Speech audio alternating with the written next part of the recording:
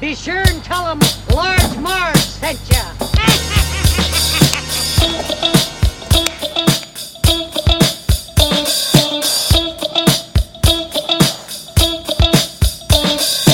In the 90s, we were just teeny tykes. We went to movies and our bikes. We wanted to be DJs, but we were just teeny gals. So we went off to college and we remained best pals. 20 years later, we're still watching flicks and we're bringing you the favorite bit by bit. Sweetie and Sweetie are here to say it's the Large Marge Santa's podcast. Hey. Hey guys, welcome to the Large Marge Santa's podcast, your favorite podcast where two sweetie sisters talk about their favorite flicks from childhood. I'm Sweetie with a Y. And I'm Sweetie with an I. Guys, we've been gone so long that we had to redo the intro because I said that I was Sweetie with an IE, which is not true. I'm Sweetie with a Y. I totally fucked it up because we have not done this for so long. I know, so weird. That we forgot. And I forgot. I was like, am I Sweetie with a Y? And I'm not, guys. I'm Sweetie with an IE. But coming back. We're back. After a brief hiatus. So the last episode we did, and I didn't even remember, was for my birthday, which was like legit 3 weeks ago, I'm pretty sure. Crazy. 4 man. weeks ago? Crazy. I don't know. I can't keep track. Yeah. I mean, we've done a lot of stuff in between that time and now, okay? Look at my Instagram story. It's all there laid out for you in perfect picture explanations. But we missed you guys. It's been a long time. Shouldn't have left you. We missed you. We do. I thought you were going to continue with my Aaliyah song. What? How does that one go? Been a long time. Shouldn't have left you without a dope beat to step First to. you Step don't to. succeed. Step to. Yeah. We miss you. Dust yourself off and try again. Listen What- to the podcast. Try That was again. on the Romeo Must Die soundtrack. I think so. Yeah, pretty sure. No, what was the Dr. Doolittle one? That's Baby the, girl. Yeah. I'm the man from the blue, blue, blue. Burn a burn, burn. I don't burn a burn a burn. That one, yeah. Yep. Good one. R.I.P. Miss you. So yeah, we're back, guys, and we got a couple. You know, it's summertime, and the living's easy. And we got some good selections for you. Not necessarily like summertime movies. No, who It's not cares? going to be like summer camp It's the vacation, same blah blah blah. season. Come on, You know, what? yeah, we're not doing that. But I just feel like good movies for the summer. That's not a song. I just made it up. I think this is we've set the record now for most singing in a small amount of time. A singing podcast where like the whole people podcast would was just love songs, it. They would like love a continuous, it. like an opera. You guys would love that. Sweetie opera, Obviously. Yeah. Good one. So we're back on track now. So technically, Sweetie got to pick like 2 movies in a row, which like I'm not going to complain about because it was her birthday. Yada yada yada. So I get to go now with my pick, and I picked Harriet the Spy, 1996. One of Nickelodeon's, if not the first Nickelodeon produced movie, whatever, Nickelodeon Studios. Which is surprising for me because Nickelodeon by this point had been around like a good amount of time. I feel like, right? So it took them a while to get like their movie shit together, and I'm glad they did because this was a fun film. Yeah. Well, I wonder if that was like a relatively new thing For a network to make movies. Yeah. Because you originally had like 5 channels, ta-da, Yeah. and then you had all these other ones, whatever they're called, networks, I guess. But Networks. ABC's a network, and like that's always been around. Oh, totally. But like also let's remember like how like movies worked. Like essentially there was like 3 movie studios, and then like that was it for so long, to the point that they like owned actors, and you could like only have a contract with one movie studio. So like the whole movie history thing is like kind of, there hasn't been a lot of different studios around, and yeah, I think that was a pretty revolutionary thing to be a new network and then make movies. Now obviously that's not the same issue because you have like streaming platforms that can make movies. Streaming platforms, but yeah, I don't know if MTV was before or after this. Yeah, MTV would be another but example. They I think they all like moved to that, and aren't they owned by the Lifetime. same like Viacom whatever conglomerate? Probably. Well, anyways, so I just want to add one more thing. But like, even though I said like the Nickelodeon had been around for Yes. like a long time, I feel like it like peaked essentially like when we were kids, lucky us, in this like kind of early to mid 90s time frame, Yes. right? So this would have been like the great time for them to do movies, because like literally everyone was watching Nickelodeon, and they had the coolest stuff, because it was like they got to the point, you know, where they had like the amazing cartoons, right? That was like all lined up. And then they started having really amazing like kid focused like shows, almost bordering on reality shows. The sketch comedy shows, like all that, the Are You Afraid of the Dark, Yeah. like all that programming.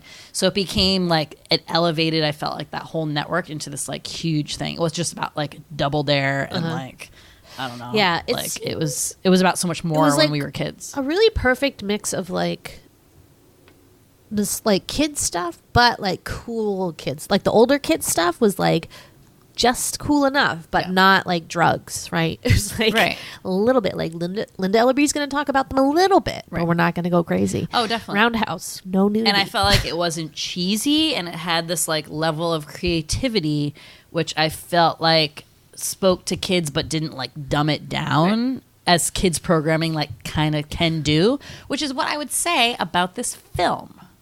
Well, yeah. And I would just like to just say one more thing, is that I think that was the golden age of television. Yes. Nickelodeon, its heyday, obviously. Yes, definitely. Anyways, yeah. So, what were you saying? You segue into this movie? Oh yeah, so I just said, and I would say that about the same thing about this film. So, Harriet the Spy came out, as Andre said here, Sweetie with a Y here said, 1996. Sweetie would have been 9 years old. I would have been 13. And Sweetie here saw it in the movie theater, which we always like to point out, because I feel like that makes us like get total cred when we say Well, I like, think- "Ooh, we saw this in the movie And I theater." think it often comes with like a specific memory tied to this movie, which is, you know, all the more reason that you should always see movies in the movie theater, because it's much more likely that you'll have like an actual memory built from that. Yeah, totally. Like, what's the time? Like, oh, I remember the first time I saw this movie on TV during the like you whatever. like never remember Right. that unless someone like shows it to you specifically. I remember like those kind of moments. Right. But you are exactly right, and I know we've said a couple times. Some of them have been traumatic, like when I got diarrhea in Mrs. Doubtfire, And I got or- diarrhea in The Lion King. and she got diarrhea in The Lion King. So there's like, Why are we always getting diarrhea in the movies?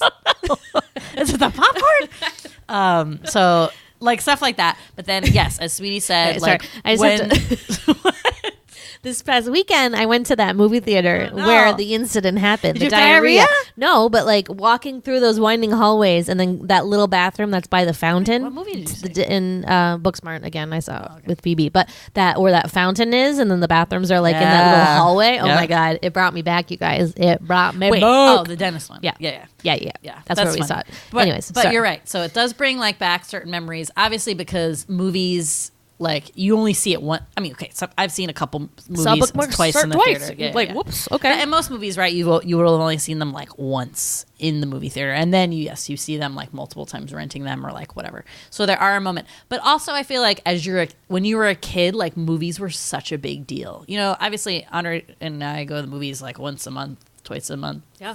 We go a lot. And now obviously not such a big deal. Also, we're adults, so we have like other things that are big deals. But when you're a kid and like, you know, going out and like hang out with your parents, you do all the time. But like movies for us were like an event. Yeah, they could like drop you off, Yeah. go to the movies with my friends. Yeah. So yeah, so I believe for some reason I remember it being like me, mom, and dad. I don't know why it was adorable. like the three of us.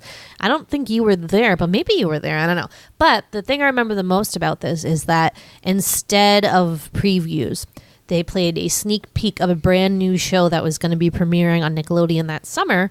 And the name of that show was Hey Arnold. So they played the very first episode of Hey Arnold, I think.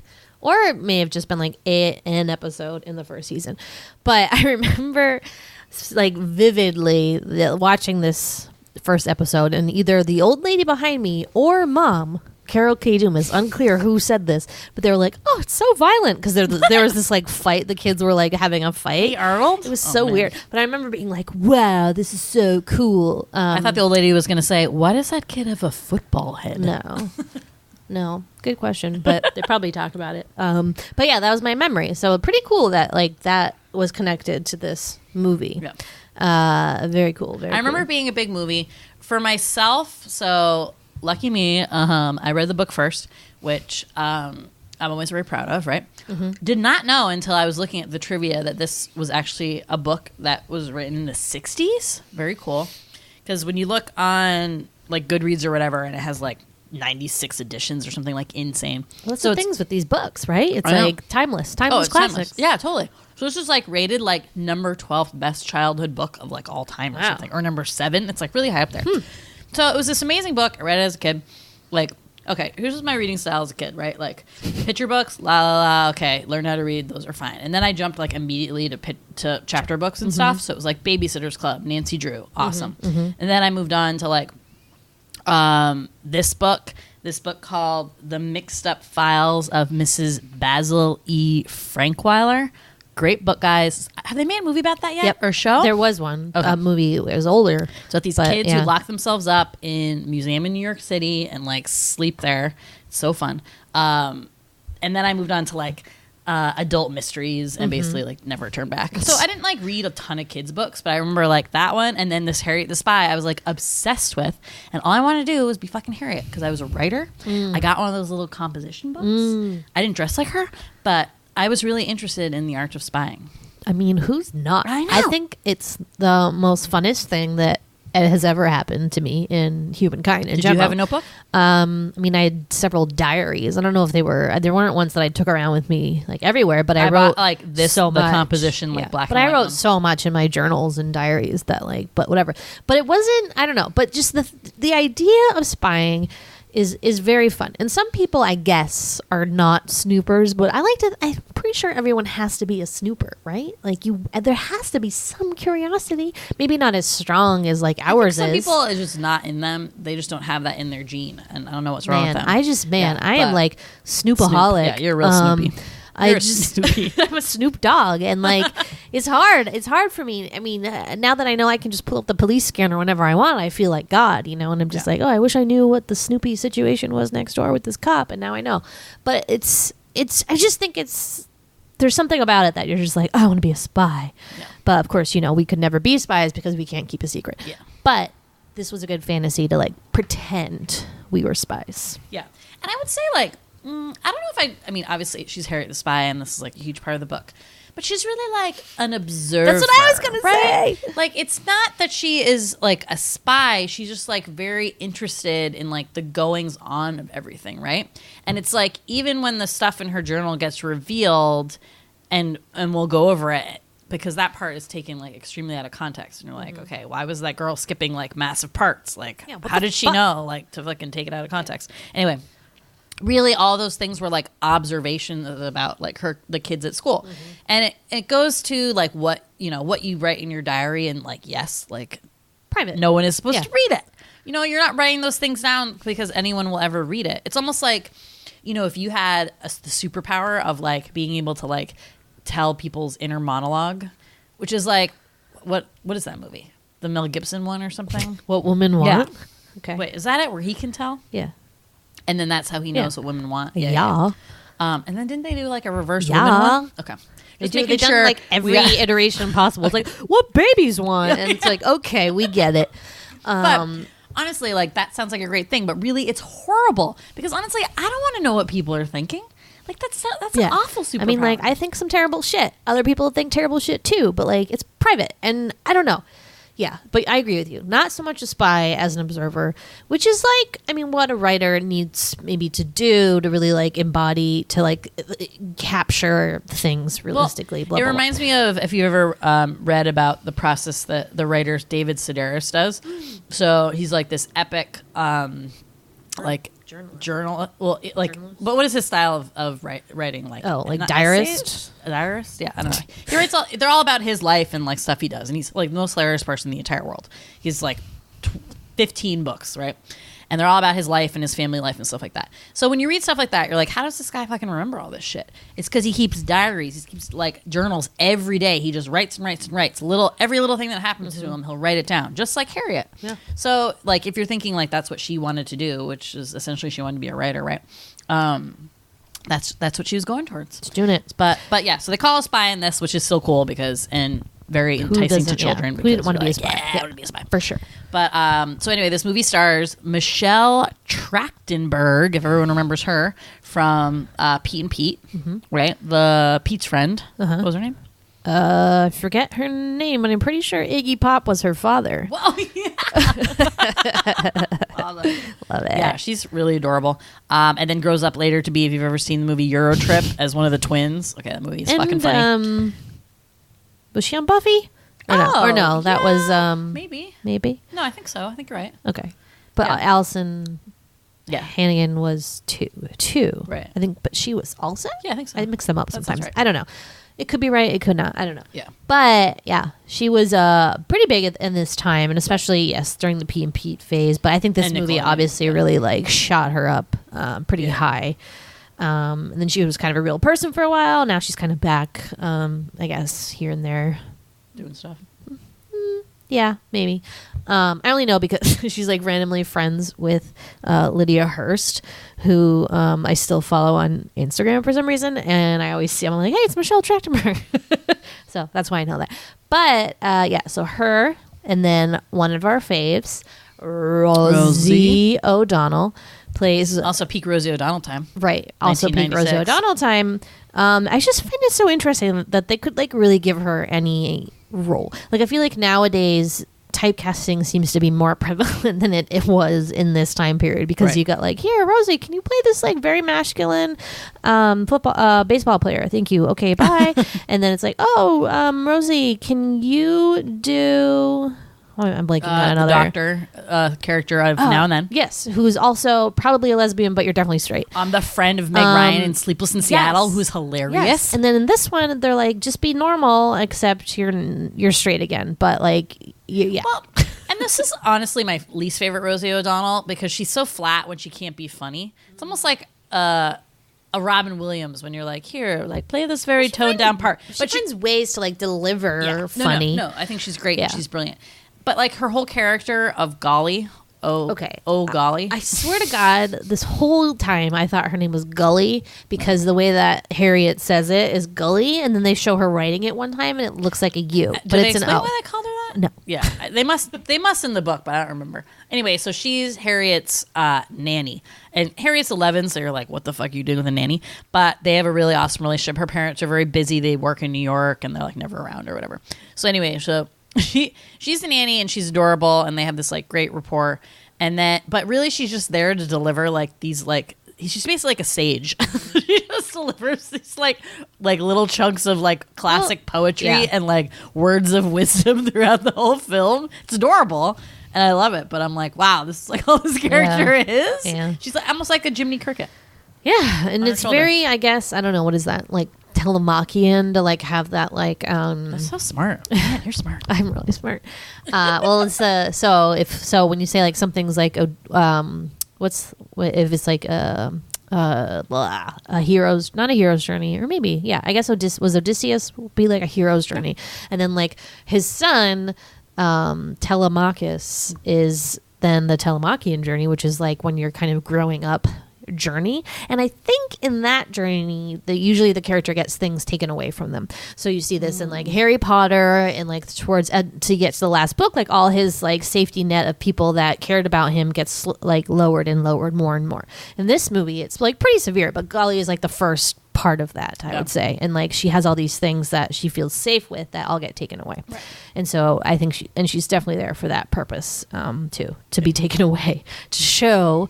And really you don't realize it until you're older, but this movie is really about growing up. Right. And the kind of terrors and highs and lows that comes with, and the fact that Harriet's really just entering this puberty stage and she's going to be going through a lot of changes. And like how much sixth grade like sucks. Man, kids are mean. Yeah, just being in that space, whew, it's tough. Yeah. And like I'm sure, I mean, maybe you've been on the receiving and the giving end. I sure was, but of bullying. Yeah, We'll talk no about lessons. the end. We'll talk about but bullying. One way or another, you're familiar with these themes in this movie, and so I think that's what brings a lot of people back to this movie as adults. Also, this movie's like pretty good because I think it's so cool. I just think it's like funky as fuck. It's so funky. That's what I really wanted to say. Like, I forgot how. I don't know if you can get what funky is when you're like a 12-year-old watching this, certainly right? Not. You're like, oh, no, there's saxophones sometimes. Yeah. So the funkiness I think was really for the parents, like probably watching it.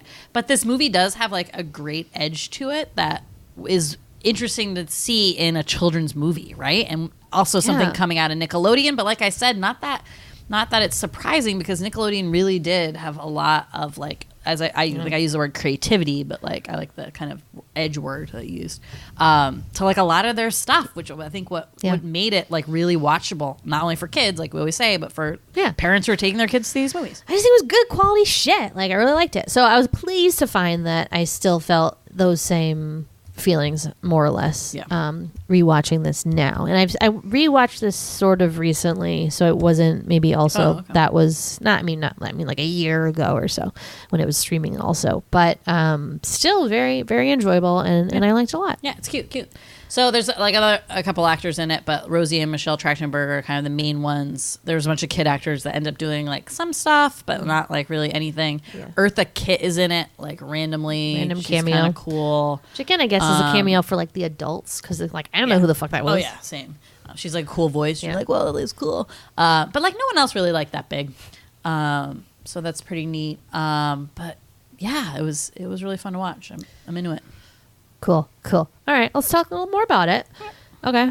It's time for the sweet synopsis. Yeah, sweeties.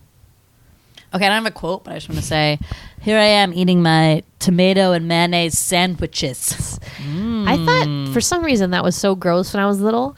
I remember seeing this and being like, that's gross. And now I'm like, that sounds pretty good. Yeah. Except she uses like the gross butt of the tomato with the like, you know, the part where there's like the hole, not the hole, but like where the stem is. You just and they always leave that like on sandwiches when you get them out. And you're like, why'd you give me the fucking butt?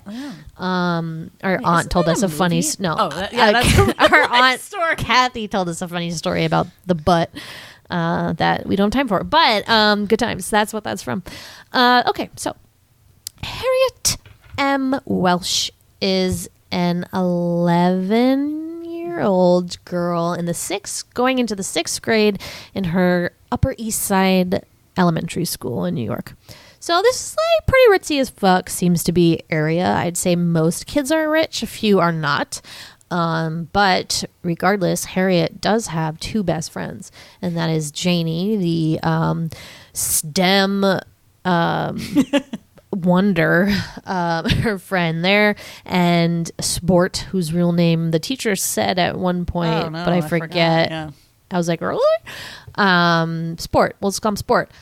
Great bowl cut, and hey, he likes sports. Who knew? Who knew? So they're just kind of doing their own little thing, and they have such a cute little friendship that's like very unique. You know, they have all these funny things, and I don't know. They're just the cute little trio of friends. So like Sweetie said earlier, Harriet has a nanny. This is a live-in nanny, aka she never leaves. And so she's been there for 11 years. Yeah. She doesn't seem that old. Like, I'm just very concerned about her life. And like, I know Mary Poppins got a day off, but like, what's Golly's day? Like, does she get a day? Does she get a weekend? Does she get any time? Because these parents suck. Harriet's parents are super like crazy jobs. I don't even know. The dad is like a screenwriter, maybe. I don't know what the mom is, but they're always gone. And they're like those obnoxious parents that are just rich and just, that's it. Right. Like, what did they do? It was unclear. They never said. I mean, I know they like hinted about the dad. Yeah. Like something in the film or theater or something business. But like, what circumstances do you have to have where you need a live-in nanny? Like, maybe if you had like tons of kids or something, I don't know. But like, is your life really that demanding that when you come home, like you can't even, I guess if you work crazy hours, you just need someone to take care of your kid all the time and sleep there? Yeah, and I think it's just like a result of being rich. And like you get used, I think what happened is they got used to it. They didn't have to worry about Harriet because she was in perfect hands, and they could still focus on the career and pretend that they still like had a relationship with their daughter. But I mean, I don't think they did. I don't think they were necessarily, they weren't bad parents, and it wasn't depicted that like they didn't know their daughter. I mean, there's a little bit of that, but like she still had like a good relationship with them. I think like it was okay. Like, is mom gonna tuck me in tonight? Oh no, she's not. Like, yeah. I mean, I don't think she was like bitter about it. Also, I think because that's all she ever knew. Right. Yeah. But like it's time. Yeah. You old, you don't need a nanny. That's ridiculous. Yeah. So we're kind of going through Harriet's life at school from like September to December, November, I guess, is when the film ends. So the movie kind of wraps around this whole like school pageant that we're kind of like building towards. We meet a couple characters. We meet like the school bitch, who is Marion Hawthorne, who like is the literal devil. That actress is one of those actresses that could only play these kinds of roles in movies for the rest of her life, and just was stuck in it. I was like, wait, is that the girl on Center Stage? No, but she's in every other movie as a bitch. Like she was the in blonde that one? She was in that movie with Mandy Moore, How to Deal, as the bitch. And like it's just like she just has that look. Like if you have resting bitch face when you're a girl, like you can act, but you're only gonna get one part. Yeah. So that's her. She's very awful and like always is talking about her money, is always wearing equestrian outfits, which I'm just like, I like fuck how off. evil girls always like ride horses. Always. And remember when we went to get ice cream a couple weekends ago, the girl in front of us had an equestrian outfit on, and I was like, I bet she's a bitch. Sorry, don't want to judge, but like that's what I think. We got a couple of like weirdo like guys, kid that wears purple socks, this kid that eats like yogurt sandwiches, or was that a tuna fish sandwich? Then what's the yogurt? I don't know. They kept talking about yogurt with him also, and I was like, is that tuna fish and yogurt? Pinky white eye or something? White fish or something? Yeah. Something, yeah. And then some other randoms that like are just like all kind of like kooky and odd in their own way. Right. But I would say none of them have like character personas like Marion, I guess, right? Who's just like the bitch. Yeah, no one else, right. No one else is like a bitch or mean. They're all kind of like quirky kids as you would be in the 6th grade. You know, like everyone has their own thing. They have the girl who's obsessed with like boy band or, you know, she's like Tiger Beat like shit all over her locker. More power There's, to you. I was the like, girl who gets boobs before everyone else. Yep. Yeah, it's sad. So there's like some. Oh, yeah. It's bizarre, but it's the just girl life. whose face who looks pinched. Yeah, like she can't help that. Low, Harriet, low. So throughout the movie, we get a like narration basically of Harriet writing in her journal, which is like where she writes all her spy stuff. So we gather that instead of like playing with her friends, Harriet usually does spy stuff, which involves her like hiding in behind fruit and like staring at people, or like hiding behind fruit, or like looking in windows, and in some cases, extreme cases, breaking into people's houses and like spying on them. So she's just kind of observing the people in her community. So we meet all these like characters. Yeah, she's a beat. She's the guy with too many cats. She's got the Chinese family who runs like the convenience store, and they're all their drama. This like weird rich lady who lives down the street who has a bunch of Pomeranians. Like there's a bunch of people. But now a couple things happen. So the first biggest thing is that Golly, in her ripe old age of whatever, how old she is, maybe 40, let's say 40. Has finally decided it's time to get a boyfriend, which God bless you, Golly.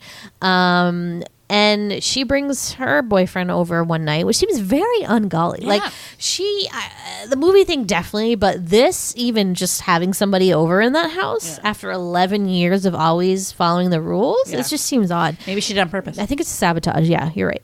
But she brings her delivery boyfriend over, who actually works for that Chinese family delivery man who does the convenience store. What a small world, right?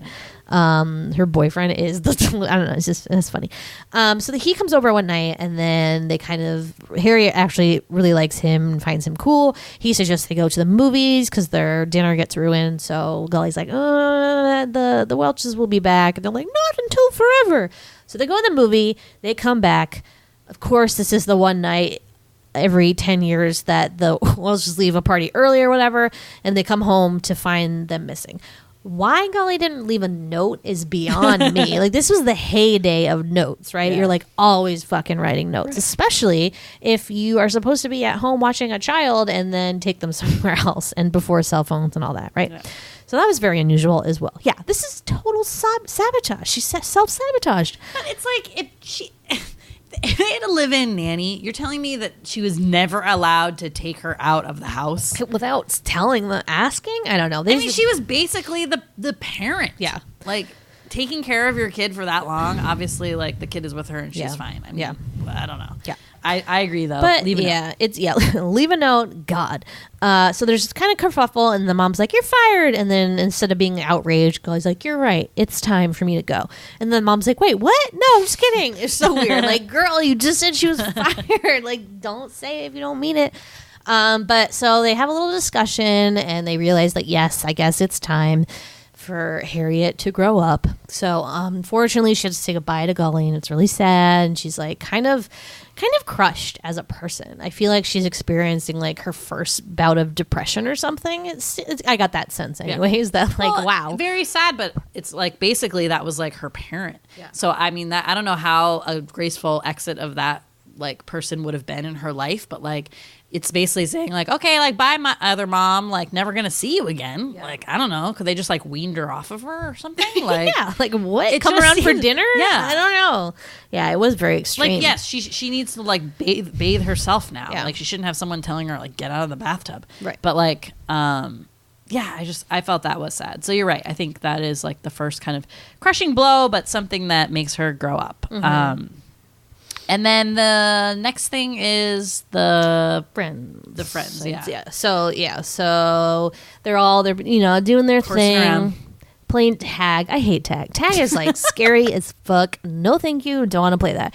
They throw out all these other It's games, and I'm like, interesting how, yeah, like they, yeah. all the kids were playing, like even the ones they don't like. Like she clearly doesn't like Marion and like, Right, but I think that Marion's and that speaks friends also to and like stuff. school, I Yeah. guess, where you're like still playing with. But it wasn't like in school, wasn't it? Like after yeah, school? yeah. But I mean, maybe it's just representing that. I don't know. But they're all playing bumper tag, which is like another iteration of tag. It's just the same thing as tag, except you can push someone to tag them. I think that's what I gathered.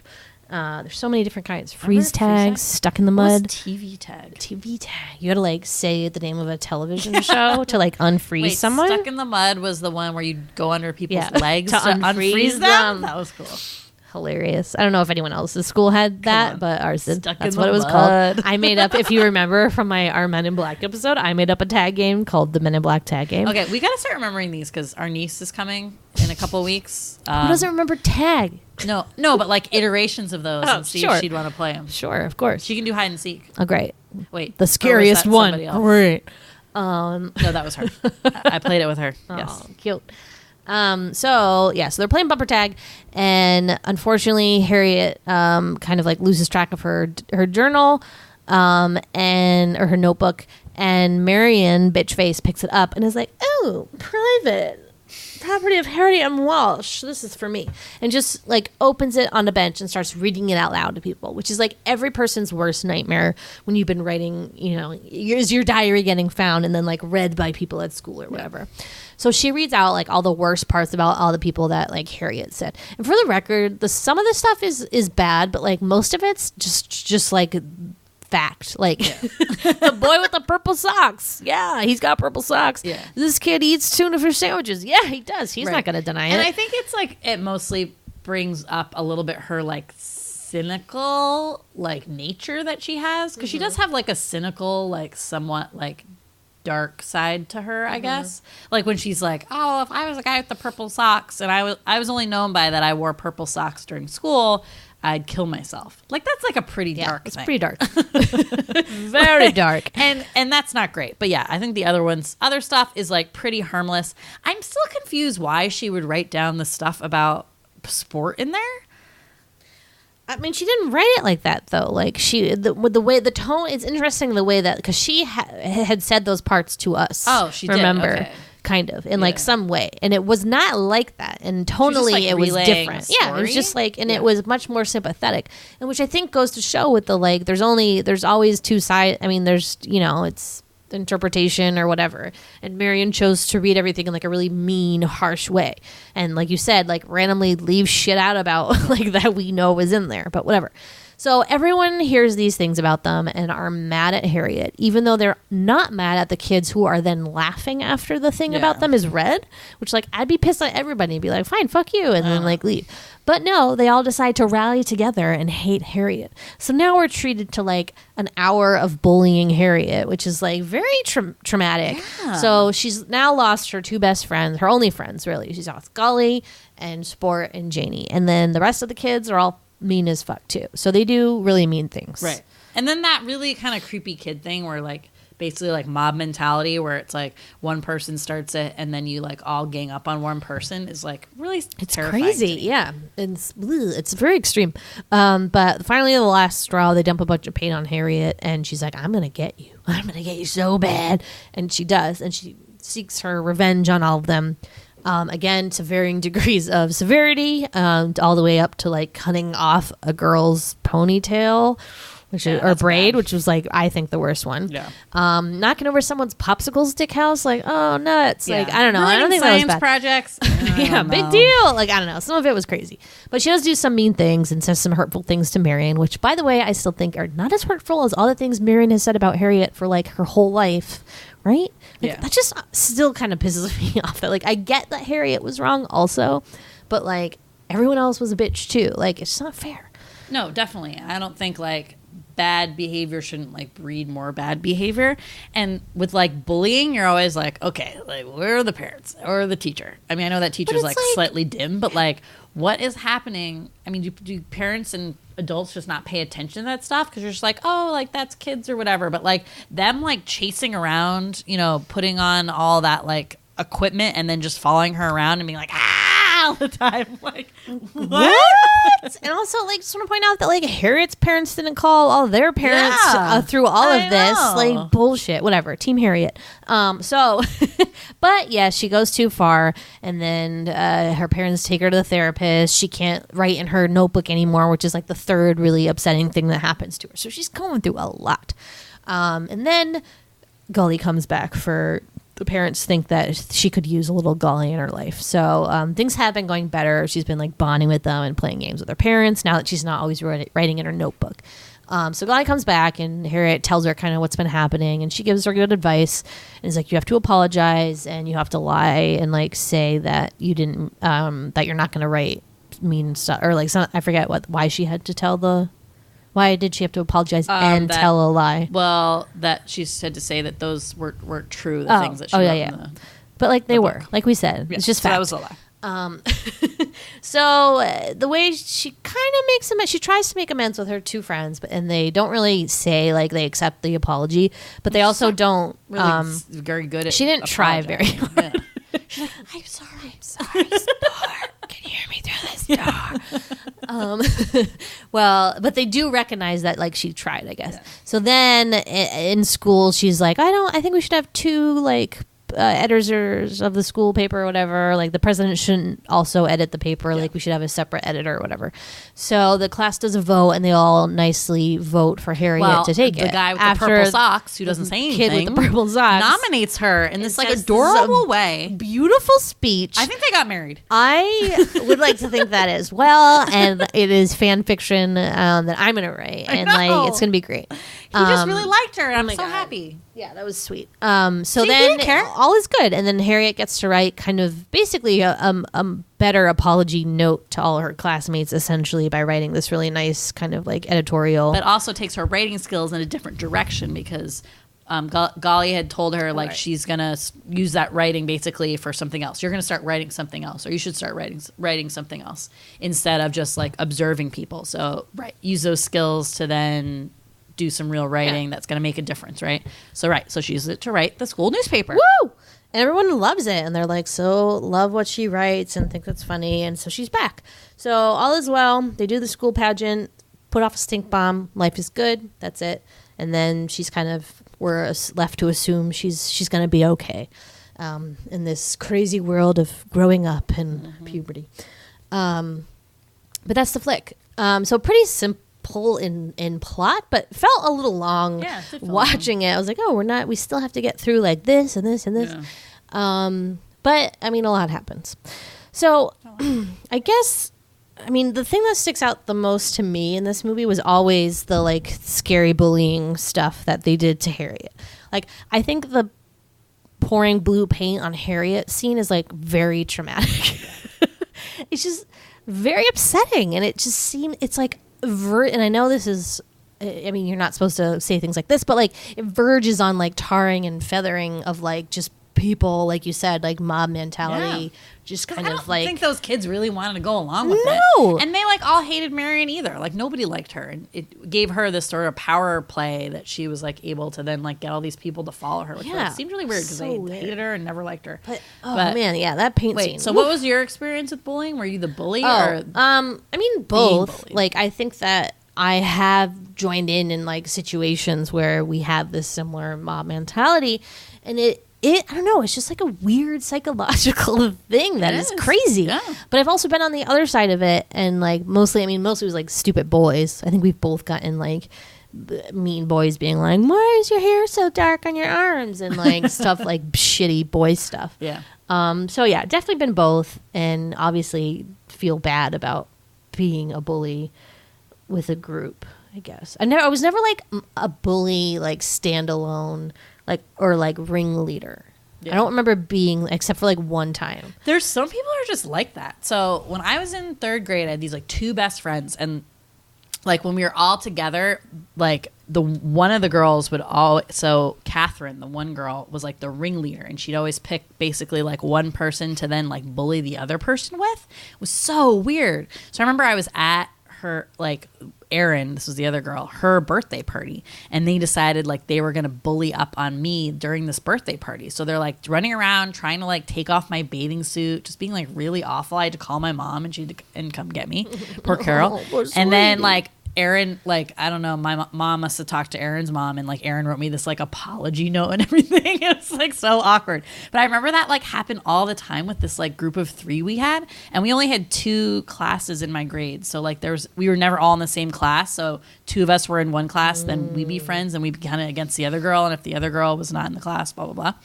And then I remember one time they like tried to get me to get bullied against these other 2 girls, and I like in class who were, let's say, like a little bit of the losers, but I like didn't care, and I refused to do it, and then they bullied me.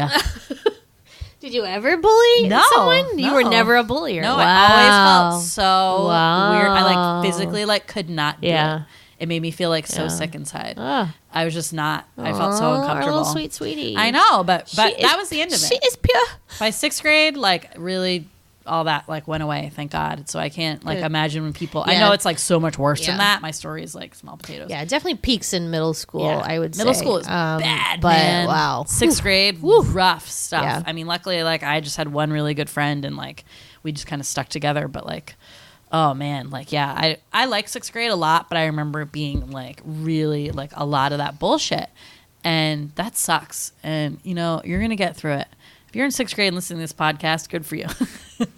But man, middle school is tough. Fucking crazy. And then you know, high school presents its own challenges, but at least like you find your group or something. I don't know. Yeah. But yeah, so yeah, those parts I remember. I will pretty much always remember Harriet running down the street covered in blue paint for the rest of my life. Well, that was a cool scene too. Yeah.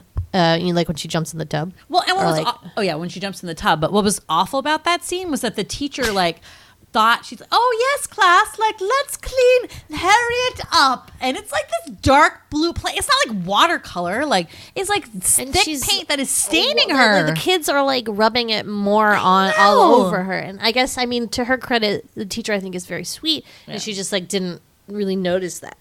It's funny how she seems to be so oblivious throughout most of the movie, but at the end she's very perceptive of like, Harriet is trying to make amends and is like doing all this stuff, right? Like you're like, okay, you are smart. But yeah, that scene, again, Harriet's retaliation, I think when I was little, I didn't get the sense that she was doing anything wrong. Like it felt very like right to me for her to be doing back.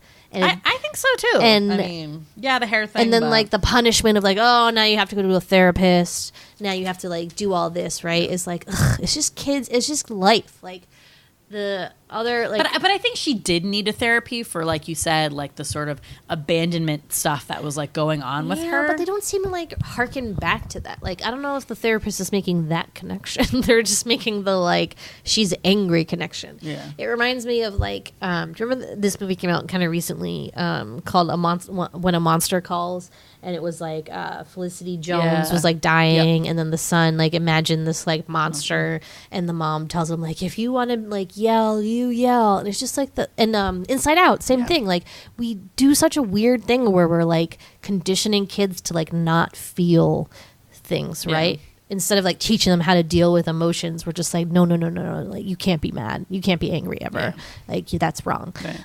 So that's what this reminded me of. It's just like this was definitely still in that time period where like that wasn't okay, I think, especially for rich parents. But I feel like because she never told her parents like what was up though, right? And that's like Like they just heard closed that, off. They just heard that she was bullying kids, and they like thought she just had like a mean streak or something. I mean, they didn't know that it was her retaliation. Threw a shoe at them or whatever, and it was terrible. I don't know. But it was also the first time they ever had to deal with that shit. Yeah, fuck because you. clearly someone else was parenting their child and like doing a good job of it, but like still like what's wrong with those they parents? really bothered me. I was like, Harriet, get off that contraption this moment. Like, what is that accent? Weird. She's so Mom I kind of like the dad. Yeah, I feel like he was like seemed the cool, softie. Yeah, and was like, well, should we talk about this? Yeah, the mom was a fucking weirdo. yeah, And like, I mean, lunatic. did you want a child? 'Cause, Lunatic. Like, and what do you do all day?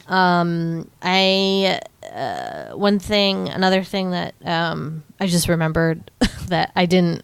I'm sure I got this when I was little, but like it made sense to me now, is when there's that scene where they like pass around a note and then they like read it and then they're like and then like glance at Harriet, and so they like that it's about her, right? Awful, and like that shit does happen.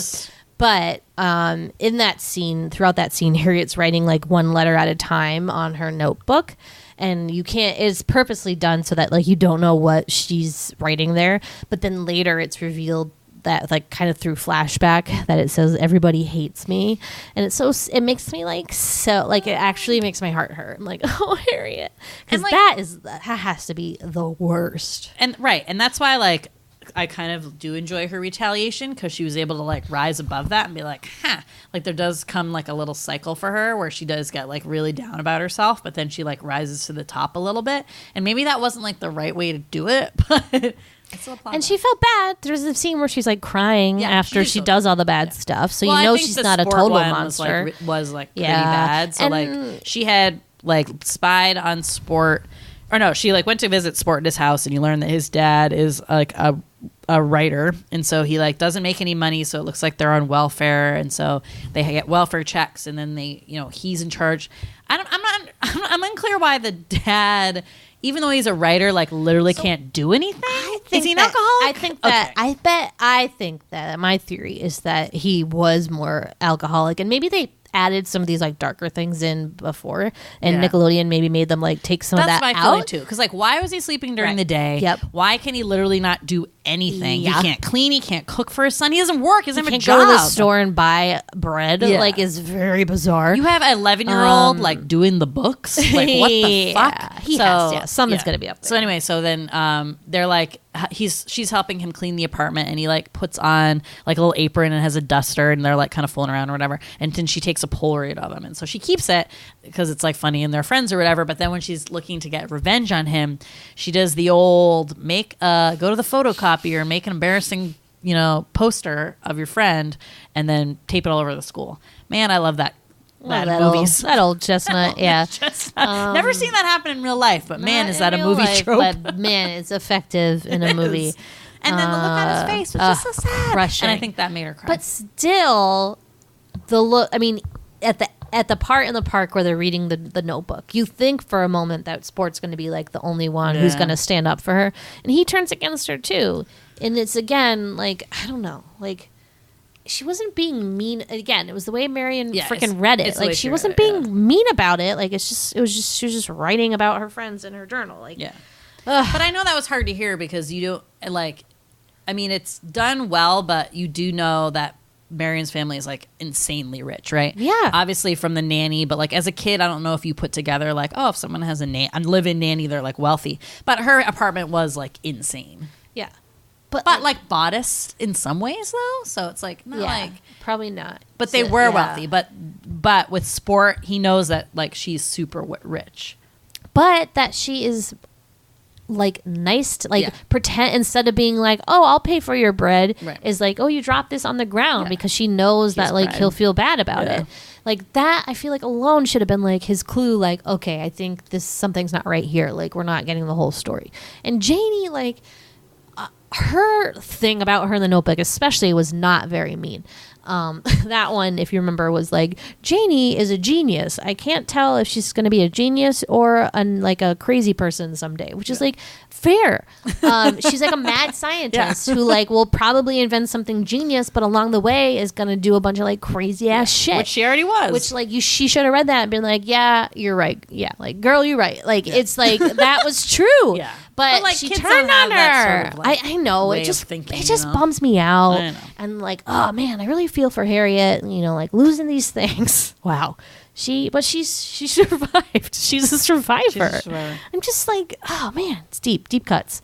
So was there anything that like you remembered or that you really stuck out to you upon this rewatch? Once again, I wanted to bring up the diversity in children's movies. I'm really, especially Nickelodeon. Yeah. You know, it could be more. I'm not saying that it's perfect, you know, because it was still always white main characters, right? Okay, that's one thing. But they always had like, and this takes place in New York City, so I'm sure this is part of it. But they always have like a pretty diverse, you know, there's always people of color sprinkled in there, which I really appreciate. Well, also, like male friends, which I also appreciate. I appreciate that. And I think the fact that like this decision to make Janie the student that was into science and not the friend that was on welfare was like a very good decision and against like type, right? For most movies of this age. Like I found that, again, and I think we've talked about this before, but like I felt like as a kid watching Nickelodeon programming, I was like really not hip on like racist. I was like, what's race? Like I got racism as a thing, but I didn't see it enacted out in front of me despite not having any black kids on the Cape. But because of like watching this popular culture, it just felt like very real to me and was always Nickelodeon did a great job of that. Yeah, I think they did the best job of anybody out there. Again, not saying it was perfect. At this time, yes. And it was definitely not equal representation always, but for this time, I do like really applaud them. Yeah, for sure. They tried. For sure. So the big scene also that a lot of people remember is the one where Golly takes them to this like recycling land. A woman's like an artist. She goes to her friend Mrs. W, who has a 411 on Miss W. Like obviously Gully's lesbian lover. Am I right? No, she's a boyfriend. They share this look where she's like, "Hello." Like watch it again. It's super suggestive, and there has to be something there. But she's an artist, but is like mixed media. Uses things she finds in nature or the world, like materialistic things, to make these like beautiful like I don't know, like fountains and like I don't know, it's this whole playground, I guess, made of like recycling. It's pretty cool, but a lot of people remember that scene. I think when they think of this movie, right? Yeah. Would you say like you're like, oh yeah, this scene. Yeah, I remember that. That was beautiful, very cool. Also, that I thought was important in the diversity efforts of this movie was that they created a cat man instead of a cat lady. And I just want to say, I'm really happy about it. That's true. Here's why. Because, and I feel like if it was a woman, they would not have made that character sympathetic, right? Yeah. It would be like gross. Right. But because it's like this nice old man, you're like, oh, it's so sweet, him and his cats. Like, oh, I didn't know if someone had a job to be a bird cage maker. Like, what? But he was also really into like jazz or something. Because he named the whole everyone movie is like sugar. Yeah, after jazz musicians and like their nicknames or whatever. But like the whole movie is very jazzy and like funky, like we said. But like so much jazz music. There's a lot of like I forget what the word for this is, but like when the action on the screen matches like the music, like when you snap and then like there's like a drum beat. Yeah. That kind of thing is throughout, and it kind of makes this movie feel like a jazz composition because it's like so kooky and like there's not really like a total Just like structure that. I to wonder it. if the director is really into jazz. I think people don't give this movie enough credit. Like, I feel like I could write a paper on the importance of Harriet the Spy. Sweetie Maybe University. but funky, mostly funky, and like they use that song at the end, which is like the perfect song to end this movie, which is the, like, get up off. Who sings that again? James Brown. Get up off with that thing and dance so you feel better. Oh, I love that song. But I used to think the words were get up off of that plate and dance till you feel better because they were vegetables. That confused me. But great scene, and I love that part a lot as well. Okay, other thought. What kind of school is this? So, they're in 6th grade, right? Okay. Does anyone else remember reading Hamlet in 6th grade? Because I didn't. No. The hardest, I think the most challenging text we read was like To Kill a Mockingbird or maybe. But yeah, that's crazy. And there's like a bunch of other weird shit too where you're like, I don't remember them learning any actual school things. Maybe it was like an artist school or like whatever those fancy rich schools are. They seemed to only ever be doing crafts. Yeah. And one time on the board, there was a sentence with like verbs underlined, but the sentence was literally George Seurat was a famous like painter, whatever, like something like what? It wasn't what happened art like school. C-Spot Run? Part of the art class, you had like Pinky Fish Breath or whatever his name was, like modeling Rodin's like The Thinker in a toga, and everyone was painting it. Like, what kind of school What is kind this? of school is this? Exactly. It's a rich fucking school is what it is. They have one of those like old fashioned sinks that was in like Harry Potter, which like you like pump it at the bottom with like a pedal and like the water comes out. This isn't like PS10, is it? Like, Maybe. No way, it's a public school. Like, what? No, it's something weird.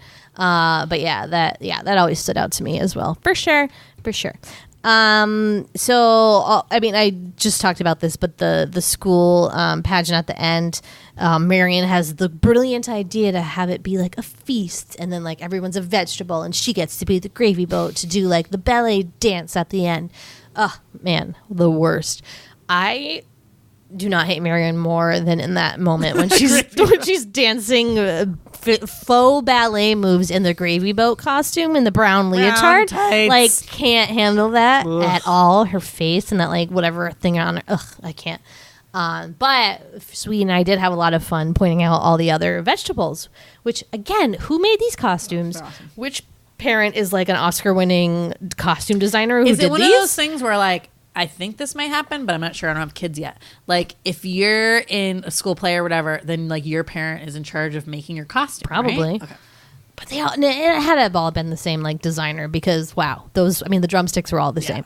But so there's all different vegetables. Sweetie and I talked about our favorites. So yours is Harriet's piece. Harriet the onion. I mean, she looks exactly like an onion, but like in a cool, like understated way. It's kind of like a scarfy chiffon, and then the little top, like the onions have like a scarf. It's like a scarf, but onions have that on top. They do. She's like a little shallot. It was so realistic. My favorite was Janie, who was the squash, but it was like it's like a squash romper with like the legs are especially like squashy, like the green one. Delicata? The peanut, the one that looks kind of like a penis. No, gourd. The maybe like a summer squash. Yeah. Maybe like a summer squash, which like I wouldn't think of in Thanksgiving. But No. I think it's the one with like the stripes on squash. it. No. I think it's the one with like the stripes on it. Well, what kind of squash is that? Delicata. Oh, well, I don't know. I don't know the fucking names. I know like 3 squashes. Excuse me. Butternut.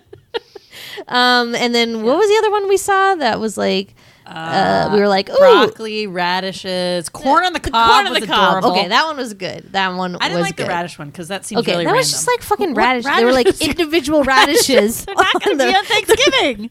Oh, true. Like who? Yeah, Maybe if you were an entire corn. salad I don't bowl. know. I think they just ran out of vegetables and they're like, okay, let's put Was a someone radish. a mushroom? I didn't see a mushroom, but like I also didn't see like a green bean. You know what I'm saying? I saw like, broccoli. I think they missed a lot of opportunities. All right, Googling kinds of squash. No, put in delicata. I want kinds because I need to know how many different kinds of squash there are. Wow, lots of different. They're not kidding. All right. Wow, none of them. Oh, digicata. This one? Cucurbita digicata? Delicata. Delicata. Who made these names? What are they, Italian? Maybe. How come the Italian? What? Maybe. Why do they get to name all the squash? It's not really fair. Okay, they only show it cut up. Okay, well then I'm not going to believe you that is the kind of squash that she was. So that's that. All right. Any last parting thoughts? Yeah, hold on. Sweetie is busy Googling the squash. Okay, why did they only show the cooked ones? Because it's not real. Okay, so I just wanted to go over the other Nickelodeon movies. Why did you say raw? It was whole Raw. squash? I would say raw. Let's try raw. Anyways, go on. Okay, so this was the first Nickelodeon movie that as we said. What were some of the other ones? Ready? Oh, yeah. Good Burger. Good Burger was the next one. Good one. Next came the Rugrats movie. Never saw that. You're right. Right? It's that Oh good. my God, I'm so good. She was a delicata squash. Okay, Rugrats movie. Did you see that? No. Rugrats movie was a little after I was kind of done with Rugrats. I was like a little too old for Rugrats. Snow Day. Ooh, was it based on the children's book with the little kid within the red No, snowsuit? I think like some like kooky person was in it. Sinbad? It's probably Yeah, Sinbad. something like that. Yeah. You might see him in like the hat. Yeah. Rugrats in Paris. Wait, then what was the first Rugrats movie? Just like the Rugrats movie. Jimmy Neutron. Boy Genius, which was nominated for an Oscar for Best Animated Feature Film and lost to Shrek. Oh, wow. Good thing. I mean, I remember, so Jimmy Neutron was when I was like babysitting. So I was like way too old. And I remember the kid I babysat for like loved that show. And I was like, this sucks. Then came Clock Stoppers. Don't remember that one. Hey Arnold, the movie. Good one. The Wild Thornberries. Wow. Who knew all these movies of cartoons? SpongeBob. Woo! Good movie. Awesome movie. Saw that in the theater. Lemony Snicket. And Nacho Libre. Was a Nickelodeon Yes! movie? Wow. So then there were some others and I stopped writing it down.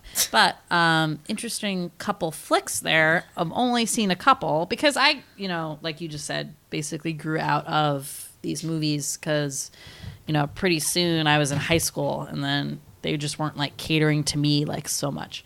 I like maybe would have seen Good Burger, but no, I don't think so. And I didn't like love that skit. Yeah. It was like the most popular skit that was like the least funny. You know You what I'm were saying? too old For all that? For all that. No I way. think. No. For that one. I don't know. It that a wasn't your newer kind of one? humor. No, I just don't think it was like your kind of humor. It wasn't. No, I saw Good Burger in the That movie was theater Pierre with Escargot Katie. or Lori Beth Denver or Silent Vital Librarian. Information.